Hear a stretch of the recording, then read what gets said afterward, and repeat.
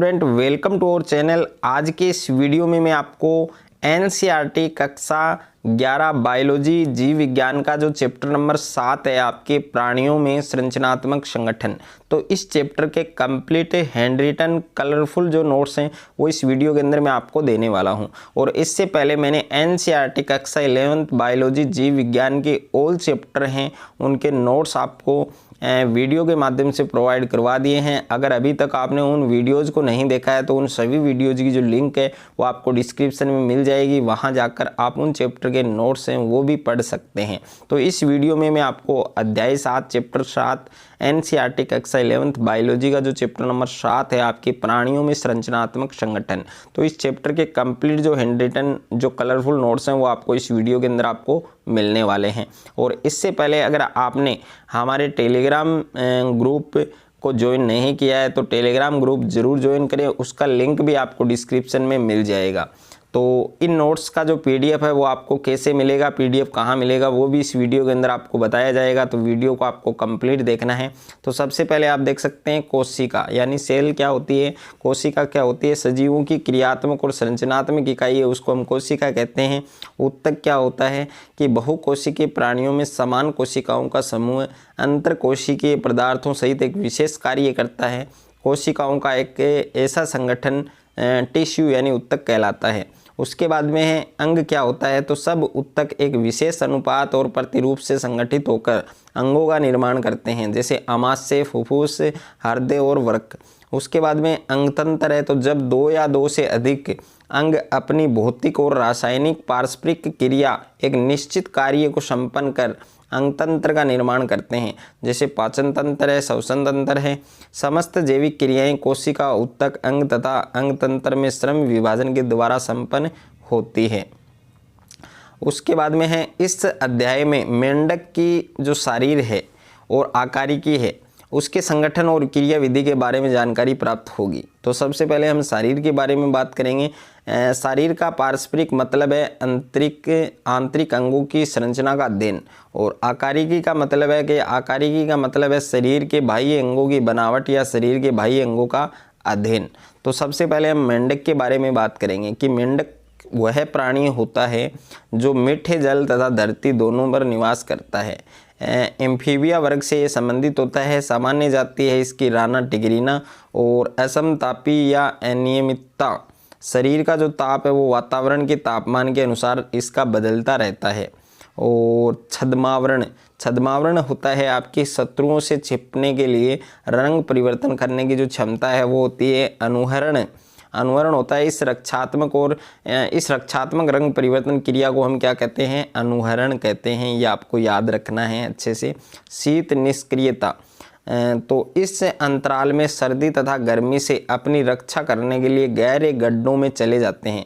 इस प्रक्रिया को शीत निष्क्रियता या ग्रीष्म निष्क्रियता कहते हैं।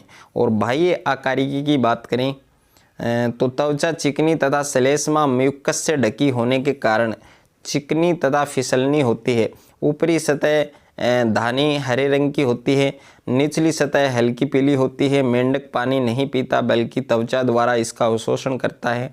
और शरीर आप देख सकते हैं कि सिर व धड़ में विभाजित होता है। पूंछ व गर्दन का भाव होता है। मुख के ऊपर एक जोड़ी नासिका द्वार खुलते हैं। आंखें निशेमक पटल से ढकी होती हैं। कर्णपटल है या टिम्पेनम उपस्थित जो ध्वनि संकेतों को ग्रहण करने का क्या करते हैं, कार्य करते हैं। और अग्रपाद या पश्चपाद चलने फिरने में सहायक तथा पश्चपाद की झिल्लीयुक्त अंगुली जल में तैरने हेतु महत्वपूर्ण भूमिका निभाता है। और जो मेंढक होता है उसमें लैंगिक द्विरूपता देखी जाती है। नर मेंढक में वाक कोष उपस्थित होता है और नर के अग्रपाद की जो आंतरिक आकारिकी है उस पर मिथुनांग होता है। यह आपको याद रखना है। मेंढक की जो देह गुहा है उसमें पाचन तंत्र, श्वसन तंत्र, तंत्रिका तंत्र, संचरण तंत्र, जनन तंत्र पूर्ण और कार्य युक्त होते हैं।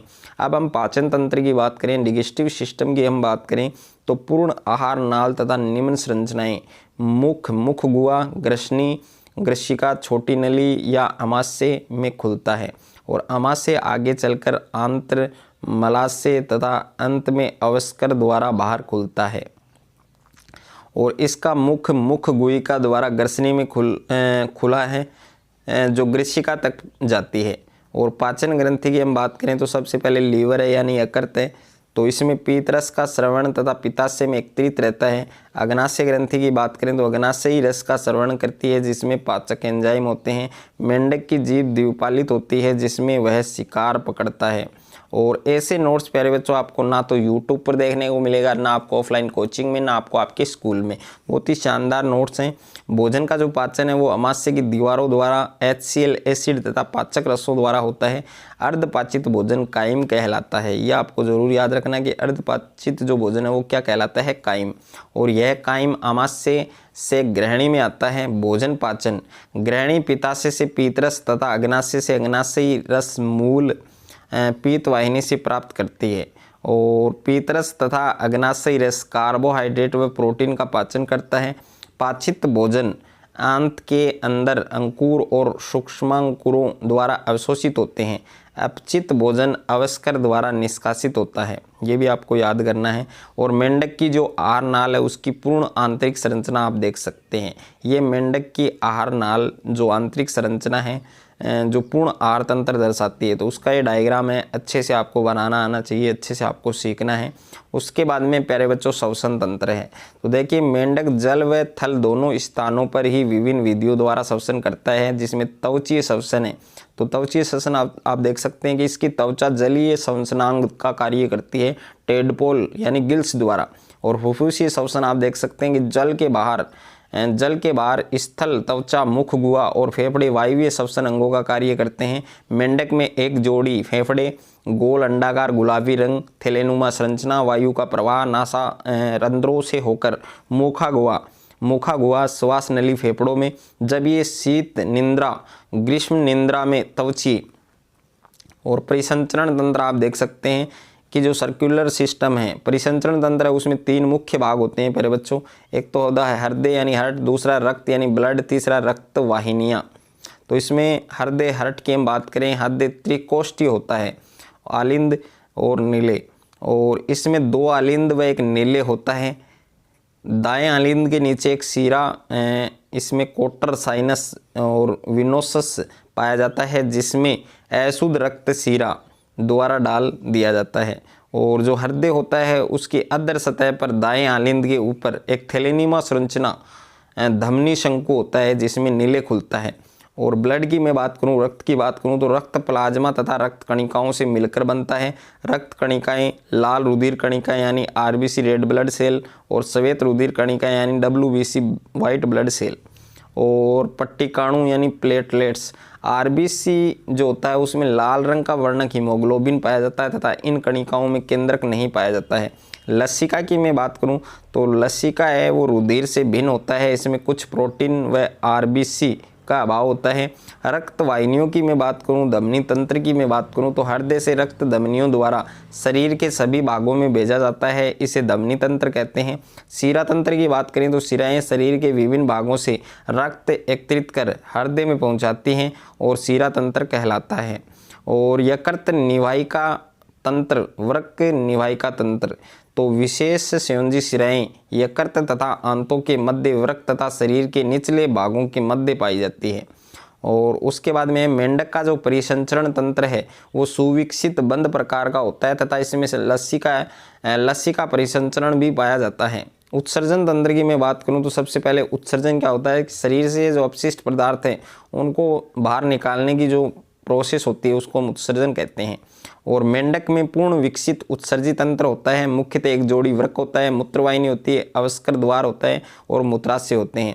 वृक्क यानी किडनी की मैं बात करूं तो ये गहरे लाल रंग के सेम के आकार के होते हैं। देह गुहा में थोड़ा सा पीछे की ओर कशेरुक दंड के दोनों ओर स्थित होते हैं। और प्रत्येक वृक्क कई संरचनात्मक व क्रियात्मक इकाइयों मूत्रजनन नलिकाओं या वृक्काणुओं से मिलकर बनते हैं। मेंढक में मूत्र नलिका वृक्क से मूत्र जनन नलिका के रूप में बाहर आती है। मूत्रवाहिनी अवस्कर द्वार में खुलती है। मादा मेंढक में मूत्रवाहिनी और अंडवाहिनी अवस्कर द्वार में अलग अलग खुलती है। मूत्राशय पतली दीवार वाला मूत्राशय मलाशय के अग्र भाग पर स्थित होता है जो अवस्कर में खुलता है। मेंढक यूरिया उत्सर्जी प्राणी है जो यूरिया का क्या करते हैं, उत्सर्जन। उसके बाद में प्यारे बच्चों तंत्रिका तंत्र, तो मेंढक में नियंत्रण और समन्वय तंत्र मेंढक में पूर्ण विकसित होता है। तो इसमें एक तो अंतःस्रावी ग्रंथियां, दूसरा तंत्रिका तंत्र यानी नर्वस सिस्टम। तो सबसे पहले अंतःस्रावी ग्रंथियों की बात करूं तो मेंढक में अंतःस्रावी ग्रंथियां मुख्यतः पीयूष ग्रंथि, अवटु ग्रंथि, प्रावटु, थाइमस, पीनियल और उसके बाद में है प्यारे बच्चों अग्नाशयी, अधिवृक्क और जनद। और ये ग्रंथियां हार्मोन का उत्सर्जन करती हैं। हार्मोन एक रासायनिक पदार्थ होता है जो कि विभिन्न अंगों में आपसी समन्वय का कार्य करता है। तंत्रिका तंत्र है जिसमें मस्तिष्क है, मेरुरज्जु है और ये केंद्रीय तंत्रिका तंत्र, कपालीय तंत्र और प्यारे बच्चों मेरु तंत्र, ये परिधीय तंत्रिका तंत्र होते हैं। स्वायत्त तंत्रिका तंत्र है जिसमें अनुकंपी और प्रानुकंपी। मस्तिष्क की मैं बात करूं तो मस्तिष्क के 10 जोड़ी कपाल तंत्रिकाएं निकलती हैं। मस्तिष्क कपाल के अंदर बंद होता है तथा कपाल अस्थियों से निर्मित होता है। मस्तिष्क के 3 भाग होते हैं जिसमें अग्र मस्तिष्क, मध्य मस्तिष्क और पश्चिम मस्तिष्क। और अग्र मस्तिष्क की मैं बात करूं तो अग्र मस्तिष्क है उसमें घ्राण पालियां, जुड़वा, युग्मित, परमस्तिष्क, गोलार्ध और केवल एक अग्र मस्तिष्क पश्च होता है। तो मध्य मस्तिष्क क्या होता है, एक जोड़ी दृक्क पालियों का बना होता है और जो पश्च मस्तिष्क होता है वो अनुमस्तिष्क और मेडुला ऑब्लोगेटा का बना होता है। मेडुला जो ऑब्लोगेटा है वो महारंध्र से निकलकर मेरुदंड में स्थित मेरुरज्जु से जुड़ा होता है। और संवेदी अंग, मेंढक में विभिन्न प्रकार के संवेदी अंग पाए जाते हैं जैसे स्पर्श अंग, संवेदी पिप्पल, संवाद अंग, संवाद कलिकाएं, गंध नासिका, उपकला, दृष्टि नेत्र व श्रवण, कर्णपटह और आंतरिक कर्ण। और जनन तंत्र की मैं बात करूं तो इसमें लैंगिक द्विरूपता होती है। नरजनन, एक जोड़ी वृषण, शुक्रवाहक व मूत्र जनन नलिका। दूसरा है वृषण, पीले अंडाकार वृषण और ये वृक्क के ऊपरी भाग में पेरिटोनियम के दोहरी वाले मेजोक्रियम नामक झिल्ली के द्वारा चिपके होते हैं। और शुक्रवाहिका होती है। शुक्रवाहिका संख्या में 10 से 12 होती हैं जो वृषण से निकलने के बाद अपनी ओर के वृक्क में धंस जाती है। मूत्रजनन नलिका, तो शुक्र वाहिकाएं विंडर नाल में खुलती हैं जो अंत में मूत्र वाहिनी में खुलती है। और उसके बाद में है अब मूत्र वाहिनी, मूत्र जनन वाहिनी कहलाती हैं जो बाहर निकलकर अवस्कर में खुलती हैं। मादा जनन तंत्र, एक जोड़ी अंडाशय व एक जोड़ी अंडवाहिनी होती है। अंडाशय वृक्क के ऊपर स्थित होते हैं। मादा मेंढक में अंडवाहिनी और मूत्रवाहिनी अलग अलग रूप से अवस्कर में खुलती हैं। मादा एक बार में 2500 से 3000 अंडे दे सकती हैं। और बाह्य निषेचन होता है, पूर्ण परिवर्धन लार्वा के माध्यम से होता है। लार्वा टेडपोल कहलाता है। और ये डायग्राम देख सकते हैं प्यारे बच्चों आप नरजनन तंत्र का, और ये वाला जो डायग्राम है ये मादा जनन तंत्र का है। तो प्यारे बच्चों अच्छे से आपको ये सारे नोट्स तैयार करने हैं और इस चैप्टर के कंप्लीट जो हैंड रिटन कलरफुल नोट्स थे वो मैंने इस वीडियो के अंदर आपको दिए हैं। और अगर आपको ये नोट्स परचेज करना है तो इसका पूरा प्रोसेस आपको डिस्क्रिप्शन में मिल जाएगा। अगर आपको ये नोट्स अच्छे लगे, अगर आपको ये वीडियो अच्छा लगे तो वीडियो को आप ज़्यादा से ज़्यादा बच्चों के साथ शेयर करें, ज़्यादा से ज़्यादा आप वीडियो को लाइक करें। और चैनल पर आप नए हैं तो चैनल को आप सब्सक्राइब कर लीजिए और साथ में नोटिफिकेशन बेल को प्रेस कर लीजिए।